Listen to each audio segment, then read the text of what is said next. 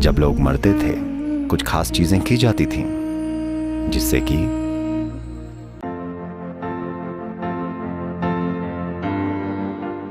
अभी कुछ ही दिनों बाद महालय अमावस्या है। ये साल का वो समय है जब हम सर्दियों में दिन और रात के बराबर होने के दिन के करीब होते हैं। ये साल का वो समय है जब धरती में स्त्री गुण सबसे ज्यादा होता है, खासकर उत्तरी गोलार्ध में धरती का स्त्री गुण और ज्यादा बढ़ जाता है।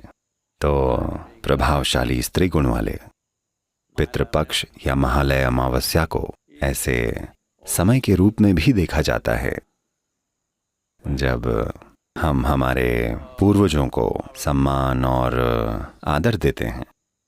पूर्वजों का क्या महत्व है, वो तो मर गए हैं, अब हम उनकी चिंता क्यों करें। प्रॉब्लम ये है कि आप जैसे आज हैं, आज की दुनिया में आप लगातार गूगल पर होते हैं। शायद आपको लगता हो कि आपको गूगल वाली औरत नहीं पैदा किया है।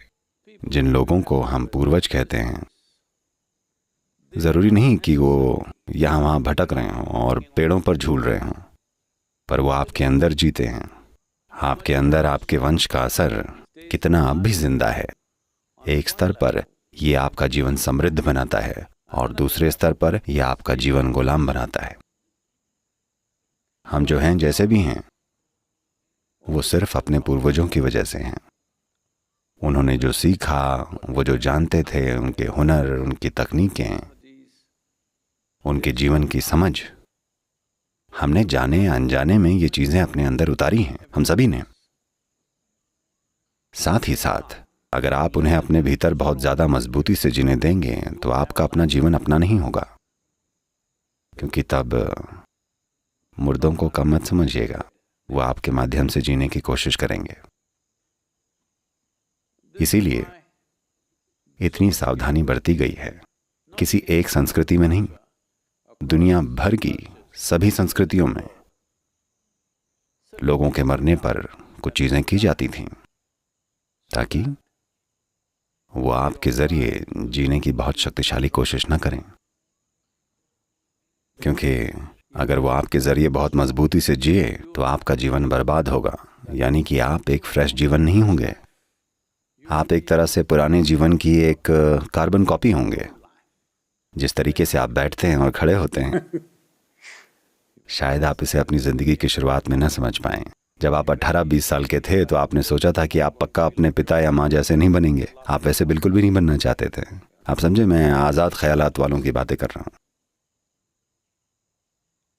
लेकिन जब आप 45 के होते हैं तो आप उन्हीं की तरह बैठते हैं, खड़े होते हैं और बातें करते हैं, है ना। अनजाने में आपका शरीर उन्हीं की तरह चलता है। इसलिए हर संस्कृति ने हमेशा कितने ही अलग अलग तरीकों से खुद को मृतकों से दूर रखने का ध्यान रखा है। भारत में हमने विस्तृत तरीके विकसित किए। एक समय चुना जब हम इस दिशा में ज्यादा से ज्यादा चीजें कर सकते हैं ताकि साल दर साल हम ज्यादा से ज्यादा दूरी बना सकें। तो ये वर्ष का वो समय है जिसे पितृपक्ष कहा जाता है, यानी कि ये पूर्वजों की देखभाल करने का समय है। शायद आप उन्हें जानते हों, शायद न जानते हों। आमतौर पर 12 पीढ़ियों तक पूर्वजों की देखभाल की जाती है ताकि वो आपके माध्यम से जीने की कोशिश न करें। आप उनके वंश से दूरी बनाते हैं ताकि ये जीव एक नई जीवन की तरह खुद को व्यवस्थित करते हुए जीवन जिए, खुद को एक नई संभावना बनाए और बस अतीत का दोहराव न बन जाए। तो अभी इस समय हम महालय या पितृ अमावस्या के दौरान योग केंद्र में हैं। मुझे लगता है कि 20 से 25 हजार लोग अपने पूर्वजों से दूरी बनाने के लिए जरूरी प्रक्रियाएं करेंगे। शायद वो बहुत पहले ही मर चुके हों। हम कैसे मृतकों को संभालते हैं, इसका हमारे जीवन में बहुत महत्व होता है। मैंने ये पहले भी कहा है और अब इस पर कुछ जगहों पर रिसर्च हो रही है, क्योंकि आप जीवन में जो गौर करते हैं उसे अब रिसर्च नहीं माना जाता। आपको लैब में चूहों पर गौर करना पड़ता है। क्या उनके पूर्वजों के बर्ताव का उन पर असर पड़ता है? अगर चूहों पर असर पड़ता है तभी आप पर भी पड़ेगा। चूहा दौड़ है ना? खैर, उनमें भी ये चीज़ देखी गई है कि एक प्रयोग है जो मुझे लगता है एमरी विश्वविद्यालय में हुआ था, अगर मैं सही हूँ, या शायद विश्वविद्यालय का नाम मैं भूल गया हूँ, पर निश्चित रूप से एक प्रमुख अमेरिकी विश्वविद्यालय है। उन्होंने ये एक छोटा सा प्रयोग किया जहाँ चूहों के एक झुंड को एक बढ़िया चेरी ब्लॉसम की खुशबू वाला पनीर दिया गया। पहले दिन वो उसे चट कर गए। अगले दिन जब वो खाने आए, जब उन्होंने पनीर को कुतरा, उन्हें बिजली का झटका लगा। आप इंसानों को तो जानते ही हैं। और बार बार कुछ दिनों तक उन्होंने ऐसा किया। जब भी चूहे इस चेरी ब्लॉसम की खुशबू वाले पनीर को कुतरते, उन्हें झटका लगता। चूहों की अगली 7 पीढ़ियों तक चूहे चेरी ब्लॉसम की खुशबू से भी दूर रहने लगे। उन्होंने सबक सीख लिया था, मैं बता रहा हूं। और ये पीढ़ियां एक साथ नहीं रहती थीं। मान लीजिए वो स्कूल में सीख रहे हो तो उन्हें अलग अलग कर दिया गया था। तो वो जहां कहीं भी थे, 7 पीढ़ियों तक उनकी सीख बनी रही। केवल 8वीं पीढ़ी में ही ये समझ गायब होने लगी। तो चूहों के साथ ऐसा होता है, तो आपके साथ भी ऐसा होता होगा। मेरा मतलब, मैं आंकड़ों के हिसाब से बोल रहा हूं, पर हम जानते हैं कि यह हमेशा से हमारे लिए सच बात है। पॉजिटिव और नेगेटिव चीजें दोनों हमारे लिए सच हैं। पॉजिटिव और नेगेटिव दोनों चीजें अगर ये आपके जीवन पर बहुत मजबूत असर डालें तो वो एक नेगेटिव असर बन जाती हैं, चाहे वो एक पॉजिटिव चीज ही हो। पर अगर उसका असर बहुत मजबूत बन जाए तो वो चीज नेगेटिव बन जाएगी। क्योंकि आपकी 7 पीढ़ियों में, मैं केवल 7 बोल रहा हूं, ठीक है? महालय अमावस्या में हम 12 का ख्याल रखते हैं, लेकिन क्या करें, क्योंकि आप सभी ने मास्क पहने हुए हैं। मैं पता नहीं लगा पा रहा हूं कि आप इंसान हैं या चूहे। वाकई आजकल हम लोग बहुत अजीब दिख रहे हैं। तो उन पीढ़ियों पुराने लोगों को जिन्हें हमने खो दिया है, शायद हम उन्हें जानते नहीं, हम उनके नाम नहीं जानते, उनकी तस्वीरें नहीं देखी, पर वो हमारे जरिए जी रहे हैं। तो 7 या 12 पीढ़ियों पहले उन्होंने जो कुछ भी सीखा था, अगर वो प्रभाव आप पर बहुत ज्यादा असर डाले तो आप आज घटित होते जीवन में बेमतलब रह जाएंगे। तो आपको चेरी ब्लॉसम का डर है।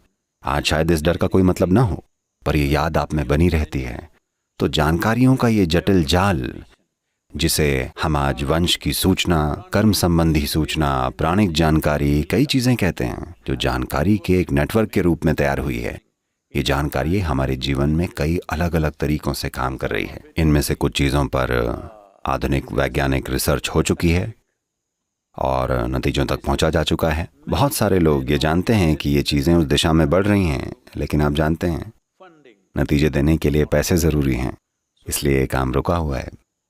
पर हम जानते हैं कि इसका असर होता है, खासकर उस समाज में जहां मृतकों की ठीक से देखभाल नहीं की जाती। उन समाजों में सबसे ज्यादा असुरक्षित होते हैं नवयुवा लोग।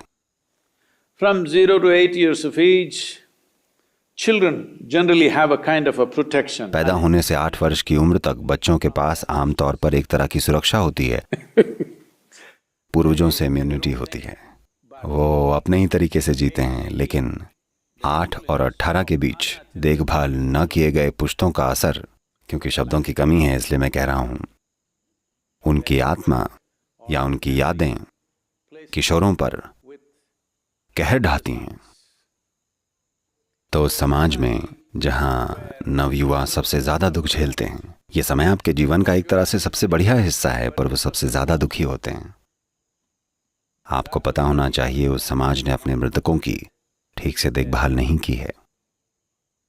तो ये साल का ऐसा समय है जब हमने चाहे अतीत में कुछ न भी किया हो, फिर भी हर कोई अपने मुर्दा पूर्वजों के बारे में कुछ करने की कोशिश करता है ताकि हमारे जीवन पर उनका असर सीमित रहे।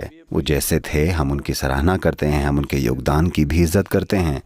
हमारे पास ऐसा शरीर है, ऐसा दिमाग है, ऐसी सीखें हैं, ऐसा जो कुछ भी है, हर चीज में उनकी भूमिका है। हम इसकी सराहना करते हैं, पर साथ ही हम चाहते हैं कि वो हमसे थोड़ा दूर रहें ताकि हम अपनी ज़िंदगी खुद जी सकें। ये महत्वपूर्ण है, वरना उनका असर बहुत ज़्यादा ज़बरदस्त होगा। नवयुवा और गर्भावस्था के बाद की महिलाएं इन ताकतों से सबसे ज़्यादा असुरक्षित हैं। ये बहुत ज़रूरी है। अगर आपके घरों में ऐसे लोग हैं तो आपको इस पर ज़रूर ध्यान देना चाहिए। तो उस दिन को महालय अमावस्या कहते हैं।